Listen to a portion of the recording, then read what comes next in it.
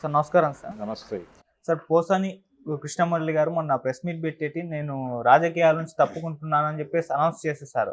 So ఇది భయంతో చేశారా? లేదా ఇంకే కారణాలతో చేశారా? అన్న ఒక చర్చ కూడా జరుగుతుంది. మనం అంతకుముందే చూసాం ఆలి గారు కూడా ఎలక్షన్ రిజల్ట్స్ తర్వాత రాజకీయాల నుంచి తప్పుకున్నారు. ఇప్పుడు ఆ వరుసలోనే కృష్ణమురళి గారు కూడా వచ్చేసారు. సో దీనికి గల కారణాలు ఏమై ఉంటాయి? మరి మీరే విధంగా చూస్తారు సార్ దీన్ని? కృష్ణమురళి భయపడ్డాడు అనేది వాస్తవం. ఓకే. ఎందుకు వాస్తవం అంటున్నారంటే ఆయన అంటే కుటుంబం నుంచి ప్రెజర్ ఉంది అంటే మీరు అరెస్ట్ అయిపోతే ఎలాగా అనే అనే అభిప్రాయం వాళ్ళ కుటుంబం నుంచి వచ్చి ఉండొచ్చు. ఓకే.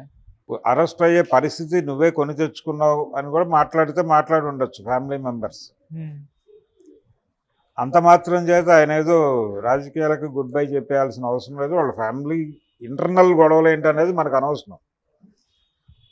అంటే తన పర్సనల్ ఏరియాలోకి విషయాన్ని తీసుకెళ్ళి మాట్లాడుతున్నాడు ఆయన. మాట్లాడుతున్నాడు అంటే ఈ పర్సనల్ లైఫ్ అనేది ఇంతకు ముందు ఉంది ఆయనకి. ఆ ప్రెస్ మీట్ కంటే 2 days ముందు కూడా ఆయన మాట్లాడాడు.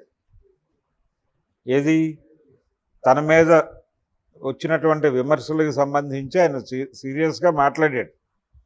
కానీ 2 రోజుల్లో ఆయనకి అర్థమైంది సీన్. కేసులు అరెస్టులు అంటే విభిన్నమైనటువంటి ప్రాంతాల్లో కేసులు నమోదవుతున్నాయి. ఇప్పుడు రామ్ గోపాల్ వర్మ ఆలోచిస్తోంది కూడా అదే. ఒక 3-4 ఏరియాల్లో కేసులు బుక్ అవుతున్నాయి. వీటిని అడ్మిట్ అయితే రేపు కంటెస్ట్ అయితే 2-3 కోర్టులు అంటే జీవితం అంతా కోర్టుల చుట్టూ తిరగటంగా అయిపోతుంది అనేటువంటి ఒక భయాన్ని, టెక్నికల్ భయాన్ని కలిగించే ప్రయత్నం చేస్తున్నారు. వాళ్ళు 3rd degree ఉపయోగిస్తారో మరొకటో కాదు. ఈ కేసులు ఎంతకాలం నడుస్తాయో తెలియదు ఎవరికి. ఇవి ఎప్పుడు కేసులు క్లియర్ అయ్యి ఎప్పుడు తాము ఈ గొడవ నుంచి బయటపడతామో తెలియని పరిస్థితి. అందుకని ఈ రొంపిలో ఇరుక్కోవడం ఎందుకు అనే ఉద్దేశంతో ఆయన క్వాష్ పిటిషన్ వేసుకున్నాడు. ఈయన ఆ ప్రయత్నం కూడా చేయలే పోసాని కృష్ణమురళి.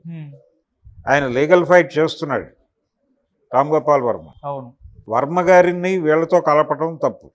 ఓకే. పోసాని కృష్ణమురళి అంటే ఆయన లీగల్ ఫైట్ చేస్తున్నాడు. స్టిల్ యాంటిసిపేటరీ బెయిల్ కోసం ట్రై చేస్తున్నాడు. ఆయన యుద్ధం ఆయన చేస్తున్నాడు. వర్మ గారు ఆయన యుద్ధం ఆయన చేస్తున్నాడు. వీళ్ళు యుద్ధం మానేశారు. భగవద్గీతలో కృష్ణుడు చాలా స్పష్టంగా ఒక విషయం చెప్పాడు. నువ్వేం చెయ్యాలో అది చెయ్యి, ఫలితం వదిలిపెట్టేయని. ఫలితం గురించి ఆలోచిస్తే పని చేయలేవని చెప్పాడు. వీళ్ళు ఫలితాల గురించి ఆలోచిస్తున్నారు. ఫలితాల గురించి ఆలోచిస్తే వీళ్ళు యుద్ధం చేయలేరు. ఆ యుద్ధం చేయకపోవడానికి కారణం ఫలితాల గురించి ఆలోచించడమే. అంటే అరెస్ట్ అయిపోతామనే భయం ఉంది ఆయనకి చాలా స్పష్టంగా. ఆ తర్వాత తను ఆ రోజుల్లో మాట్లాడిన అగ్రెసివ్ స్పీచ్ అంతా ప్రపంచం ముందు రికార్డు ఉంది. ఆయన రామోజీరావు గురించి మాట్లాడాడు. పైగా ఆ అగ్రెసివ్ దీనిలో సింగ్యులర్గా మాట్లాడటం అనే దాన్ని కూడా మించి వెళ్ళారు. రీసెంట్గా ఆయన చేసిన వీడియోలో కూడా అనే పదం విరివిగా వాడాడు. అలాగే జగన్మోహన్ గురించి ఆయన చేసిన వ్యాఖ్యలు, ఏబిఎన్ రాధాకృష్ణ గురించి ఆయన చేసిన వ్యాఖ్యలు, లోకేష్ గురించి చేసిన వ్యాఖ్యలు, చంద్రబాబు గురించి చేసిన వ్యాఖ్యలు, ఇవన్నీ కూడా రికార్డులు ఉన్నాయి ప్రపంచం ముందు. యూట్యూబ్లో స్టిల్ అలైవ్ ఆ వీడియోస్ అన్నీ. కాబట్టి కొత్తగా ఆయన పైగా ప్రజల్ని పోలిక తీసుకొచ్చుకుని తన్ని తాను డిఫెండ్ చేసుకునే ప్రయత్నం చేశాడు. అది చాలా దారుణం. అంటే ప్రజలు కూడా పార్టీ మార్చారు కదా. తెలుగుదేశం పార్టీకి ఓటేశారు 2014లో, తర్వాత ఎన్నికల్లో వైసీపీకి వేశారు, ఇప్పుడు మళ్ళీ టీడీపీకి వేశారు. అంటే ఒపీనియన్స్ మార్చుకోవటం అనేది ప్రజలు చేస్తున్నారు కదా, నేను చేస్తే తప్పేంటి అన్నాడు ఆయన. ఒపీనియన్ మార్చుకోవటం వేరు, నువ్వు కాన్స్టెంట్గా యుద్ధం చేస్తున్నానని చెప్తున్నావు. ఆ యుద్ధం చెయ్యి, ఫైట్ చేయి, అరెస్టులు జరుగుతాయి, ఫేస్ చెయ్యి. నువ్వు మాట్లాడిన మాట నుంచి నువ్వు డీవియేట్ అయితే అలాగా. నిన్న ప్రెస్ మీట్లో ఎంత గౌరవప్రదంగా మాట్లాడాడు. ఆయన అవును.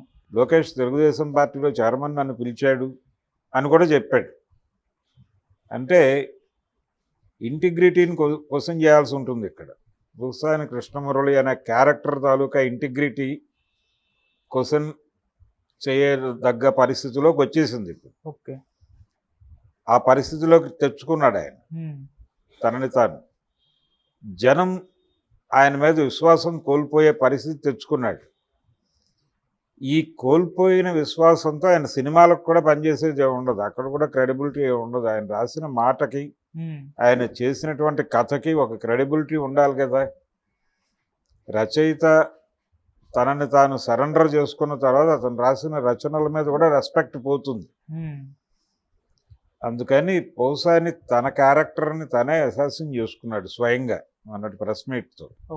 పౌసాని అనే మీద ఒక ఇమేజ్ ఉంది, అతను ఒక ఫైర్ బ్రాండ్, దేన్నైనా నిలదీస్తాడు, చింపేస్తాడు, చంపేస్తాడు అని ఒక ఇమేజ్ ఉంది. అతను తీసిన సినిమాల్లో కూడా ఆ ఇమేజ్ని ఆయన నిలబెట్టుకునే ప్రయత్నం చేశాడు, ఆపరేషన్ దుర్యోధన లాంటి సినిమాల ద్వారా. ఇప్పుడు టోటల్గా ఇమేజ్కి డ్యామేజ్ అయిపోయింది. సో ఆయన సినిమాల్లో నేను జీవితాన్ని కొనసాగిస్తాను అన్నా కానీ అక్కడ కూడా దీపాలు వెలగవు. నీ పవర్ పోయింది, నీ పవర్తో నువ్వేమీ వెలిగించలేవు, ఇప్పుడు అయిపోయింది, ఆ కథ ముగిసింది.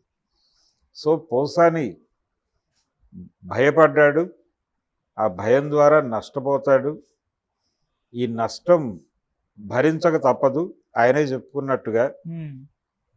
ఆ విధంగా ఆయన తన రాజకీయ ప్రస్థానాన్నే కాదు, వ్యక్తిగా పౌసాని కృష్ణమురళి ప్రస్థానాన్ని కూడా ఆయన ముగించాడు చాలా స్పష్టంగా. అందుకని పౌసాని ఆ ప్రెస్ మీట్లో ఆయన మాట్లాడిన మాటలకు కూడా ఏ పొంతన లేదు, అసలు ఏ రిలవెన్స్ లేదు, ఏం మాట్లాడుతున్నాడో ఆయనకు తెలియట్లేదు. యువతల వాళ్ళు అడుగుతున్న ప్రశ్నలు కూడా ప్రాపర్గా రిజిస్టర్ కావట్లేదు ఆయనకి. వీళ్ళు ఒకటి అడుగుతున్నారు, ఆయన ఒకటి చెప్తున్నాడు, చెప్పిన సమాధానమే మళ్ళీ చెప్తున్నాడు. టోటల్గా ఆయన సైకలాజికల్గా ఇన్బ్యాలెన్స్లోకి వెళ్ళిపోయాడు. ఆయనకు అర్థం అవుతోంది, నేను ఆత్మహత్య సదృశ్యమైనటువంటి ఒక నిర్ణయం తీసుకున్నాను అనేది ఆయనకి అర్థమవుతోంది. కానీ అది బయటకు చెప్పడానికి ధైర్యం రావట్లేదు, ఆయన భయం కమ్మేసింది ఆయన. సో ఇంత భయపడేవాళ్ళు రాజకీయాల్లోకి ఎందుకు ఉంటారు? ఎందుకు రాజకీయాల్లో ఓవర్ స్టేట్మెంట్లు ఇస్తారు?